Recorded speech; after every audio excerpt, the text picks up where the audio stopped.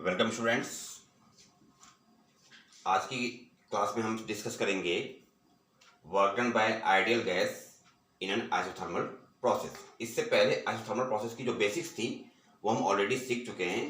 तो आज इसमें बेसिकली जो हमारा फोकस होगा वो होगा work done by ideal gas in an isothermal process. तो ये टॉपिक डिस्कस करना है अभी। Work done by an ideal gas in isothermal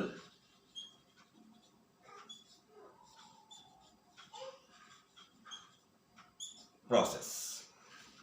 तो इसको डिस्कस करते हुए जैसे कि हमने जो सीखा है एक्चुअली में कि P मान लिया जाए जैसे कि प्रेशर हुआ किसी आइडियल गैस का।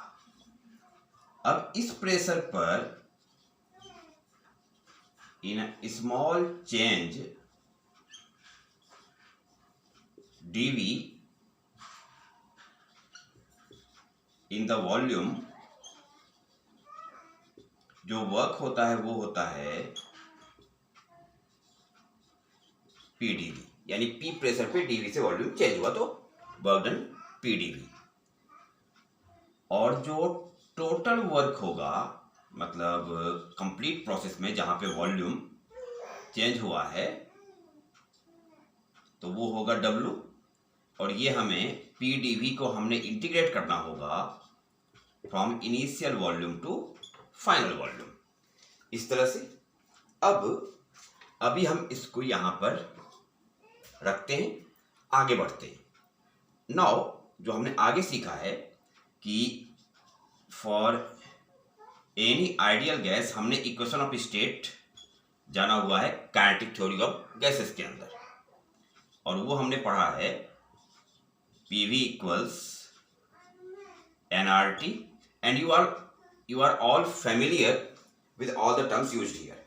P is the pressure, V is the volume, N number of moles, R gas constant, and T is absolute temperature of the gas.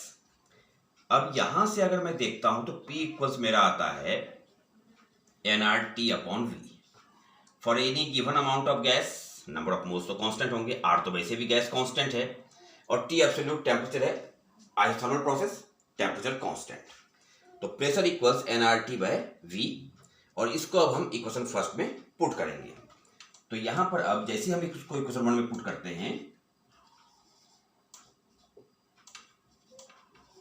Putting it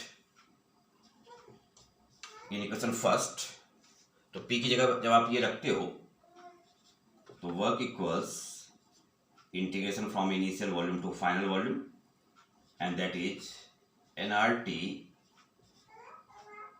dV upon V। nRT complete constant है, integration किसका होगा 1 upon V का, V is the volume. अब 1 by V का volume का अगर हम integration देखते हैं तो पीछे जैसे आपको बताया गया है कि if y equals log x, यानी ln x, ln means log with natural base e, तो उस केस में डिफरेंशिएशन होता है 1 अपॉन x, तो 1 अपॉन x का इंटीग्रेशन ln x, तो उसी तरह से 1 अपॉन v का इंटीग्रेशन ln v आएगा। तो वर्क डन आ गया हमारा nRT, ये तो कांस्टेंट है complete term, and integration is ln v from initial volume to final volume. आगे करते हैं, अब अपर लिमिट वैल्यू रखेंगे final volume minus ln v initial, अब log a minus log b, ln v final minus ln v initial, तो log a minus log b, log a divided by b। तो इस तरह से हमारा work done का एक कंप्लीट रिलेशन आता है nRT ln v final upon v initial. ये work done by isothermal, work done by ideal gas in isothermal process का हमने कंप्लीट डेरिवेशन देखा। तो सबसे बेसिकली हमने क्या किया कि पहले स्मॉल प्रोसेस में जो वर्क डन का बेसिक है वो जाना, फिर आइडियल गैस का इक्वेशन ऑफ स्टेट लगाया। ये बहुत इंपॉर्टेंट स्टेप है क्योंकि यहां से हमने प्रेशर की वैल्यू यहां पर लाई, और जिसमें से 3 टर्म N आर और टी कांस्टेंट हो गए, केवल वी चेंज हो रहा है जिसका हम आसानी से इंटीग्रेशन कर सकते हैं। इसमें और भी टर्म आ सकता है, जैसे अगर मैं initial pressure P initial, final pressure P final, initial volume v initial, final volume we final देखूं, तो यहां पर आइसोथर्मल प्रोसेस के लिए, जैसे कि हम बॉयल्स लॉ से भी जानते हैं, नाउ